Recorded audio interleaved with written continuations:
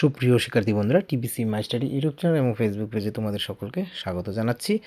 যারা তোমরা উচ্চ মাধ্যমিক 2026 সালে ফাইনাল পরীক্ষা দিচ্ছ, তো তোমাদের জন্য হিস্টোরি মডেল কোয়েশ্চেন 2025-26 ত্রিপুরা মধ্যশিক্ষা পর্ষদ থেকে প্রকাশ করা হয়েছে।